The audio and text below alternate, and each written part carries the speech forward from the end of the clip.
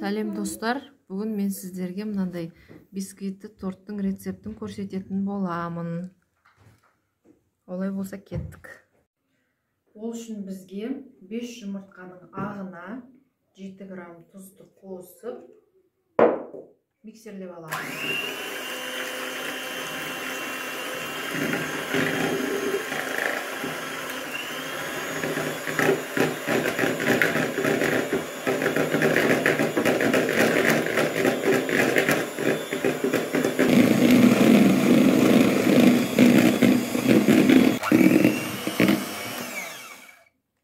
Белок осындай дәрежеге дейін, міне аударған кезінде түспейтіндей дәрежеге дейін болу керек. Келесі қалған 5 жұмыртқаның сарысына қантты қосып миксерлейміз.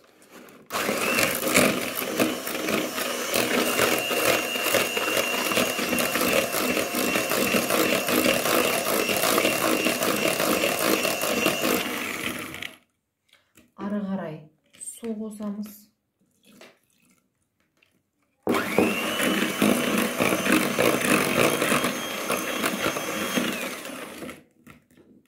Пісте май қосамыз.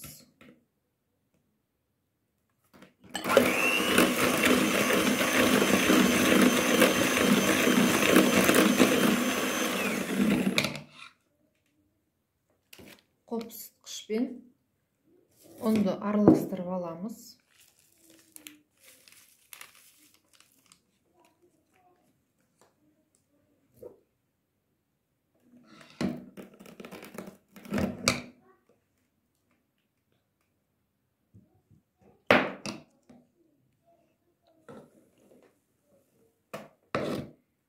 Ары қарай араластырамыз.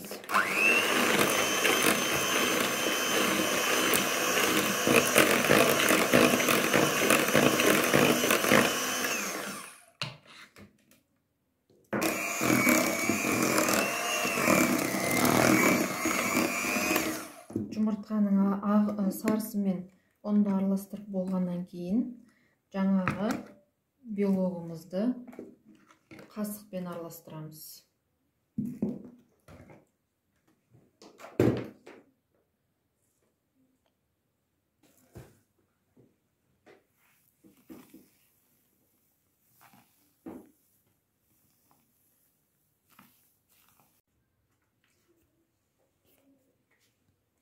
Пешке салып жатырмыз. Пешімізді қосып қойдық, қызып тұр.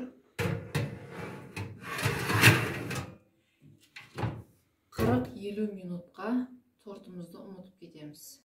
Кремін дайындау үшін бізге 500 грамм творожный сыр, 200 грамм сахарный пудра және 300 грамм сливки керек.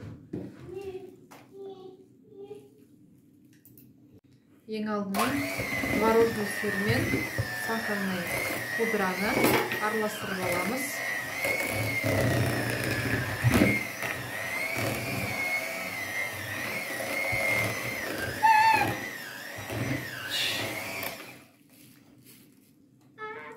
Сосын таразыға қойып 300 грамм сливки құямыз.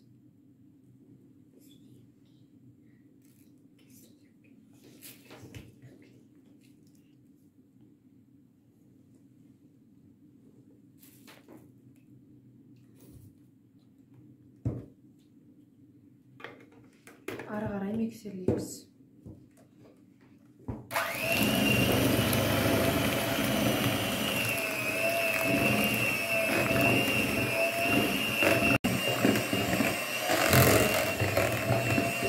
Сливкиді құйып, кремімізді дайындап жатырмыз.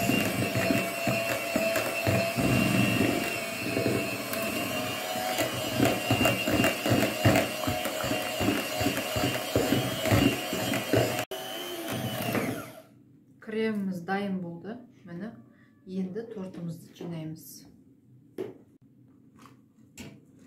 Тортымызды жан-жағын осылай формадан босатып шешіп аламыз.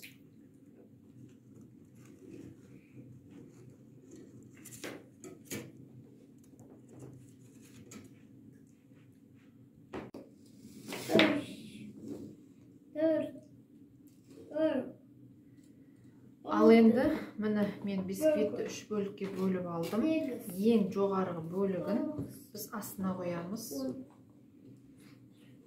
Беті тегіс шығу үшін.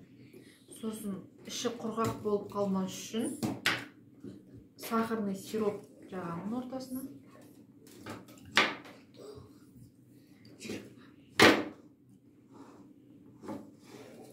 Сахарный сиропты кәдімгі қант пен судың бірге бір қатынасымен қайнатып дайындап аламыз.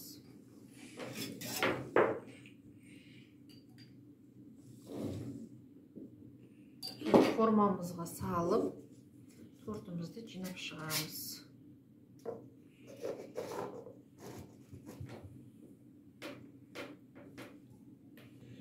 Ары қарай кремімізді жағып, бетін тегістеп,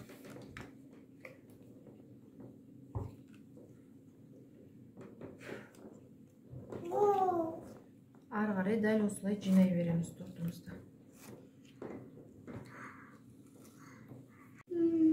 Екінші слойын салдық, оның бір бетіне сахарный сироп жағамыз.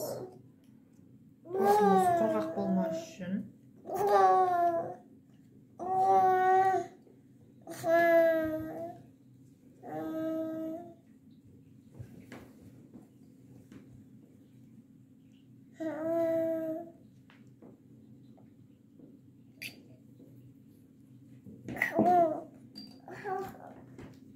Ары қарай крем.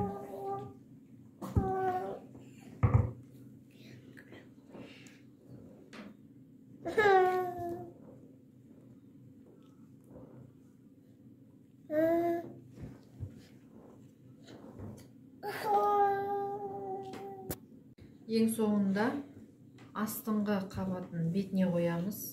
Тортымыздың беті тегіс шығу үшін.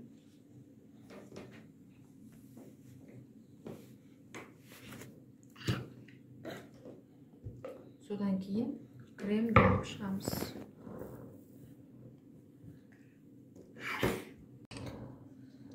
Тортымыз дайын болды. Енді қалағаныңызша әсемдесеңіз болады.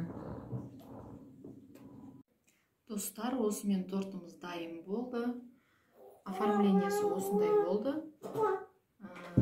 Торт ұнаса лайк басып, менің каналыма тіркеліп, комментарий жазып кетіңіздер. Сау болыңыздар.